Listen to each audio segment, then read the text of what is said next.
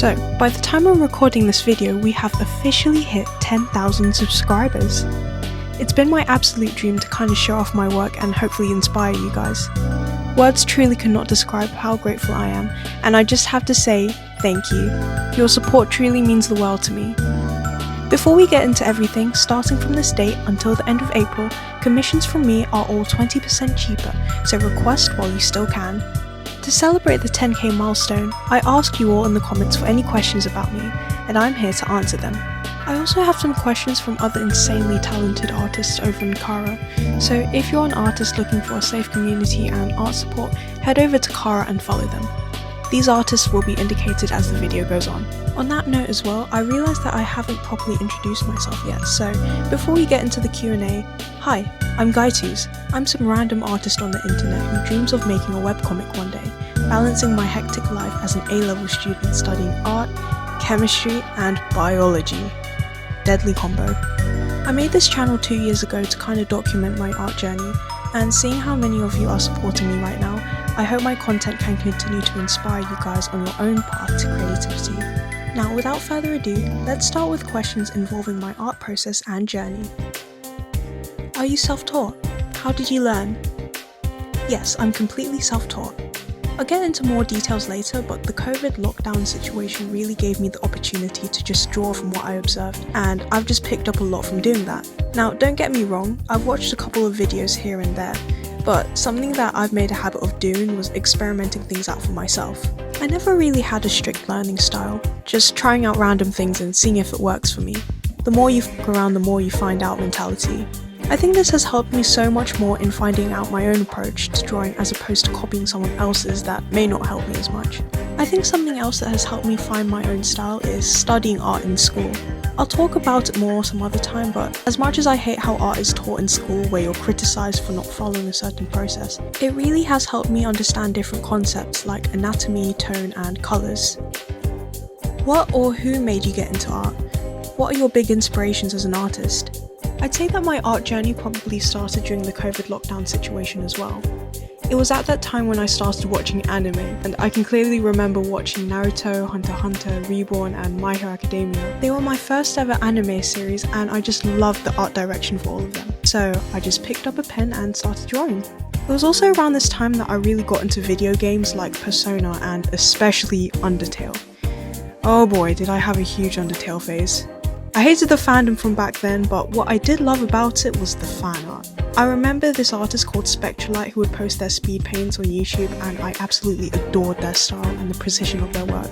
It's artists like Spectralite who really got me into learning digital art, and I'm forever grateful that I stuck with it. Now, as for my current inspirations as an artist, something that really bothers me nowadays is comparison. For example, I'll see an artist who makes such a beautiful piece and then immediately compare it to mine.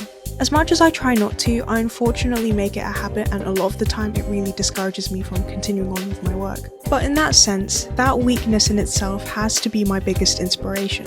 It's really taught me how to persevere through art block and discouragement, and more importantly, it's taught me how to appreciate art for what it is, no matter who it's by. It's comparison that inspires me to do better and to do whatever I want. What was your first digital art app? Autodesk Sketchbook.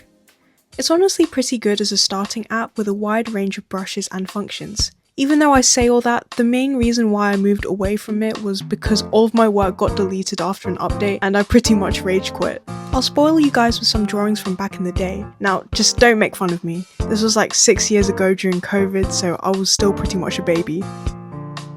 What apps do you use currently?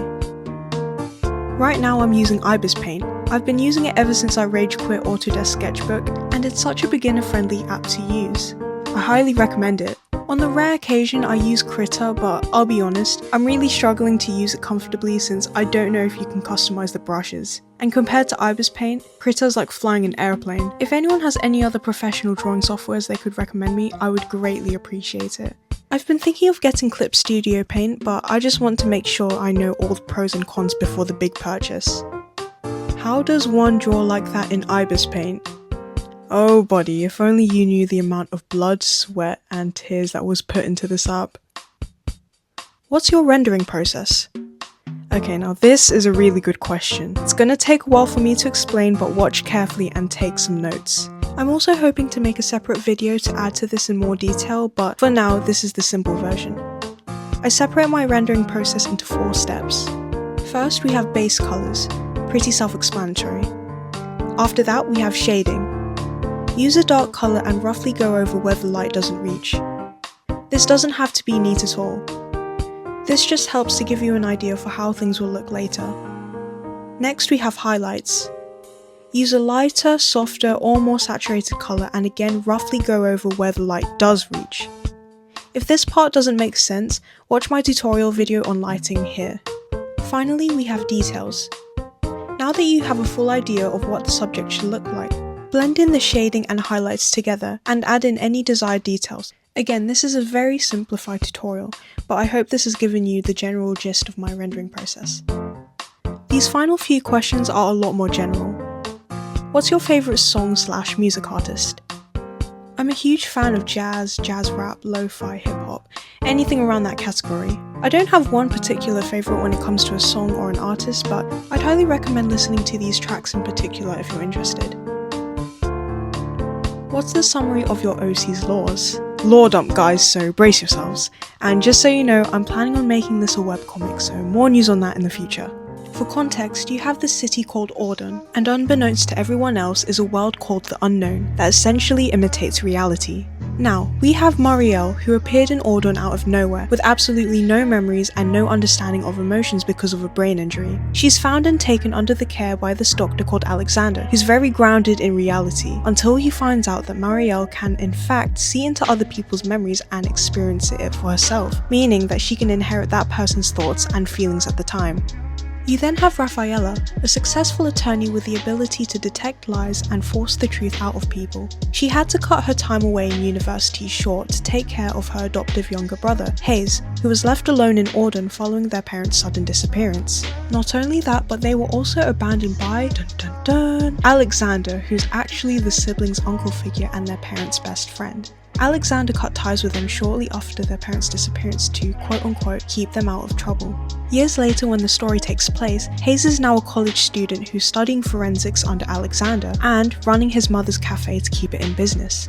And finally, there's Callan, a young man who, just like Marielle, appeared in Auden out of nowhere and is currently a full-time employee of Hayes and Rafaela's parents' cafe. He somehow knows the ins and outs of the unknown, but refuses to elaborate on them, and has the ability to sense and hide people's presence. These 3 characters are aware of the unknown, and investigate cases in Auden that involves it, such as missing persons cases where people in actuality have accidentally wandered into the unknown. I'll stop there since I'll be rambling on and I don't want to spoil anything in case this webcomic becomes a reality, which I really hope it will. What's your OC's clothing styles? I'll start with Alexander since he's an absolute workaholic. You will literally only ever see him with his doctor's uniform.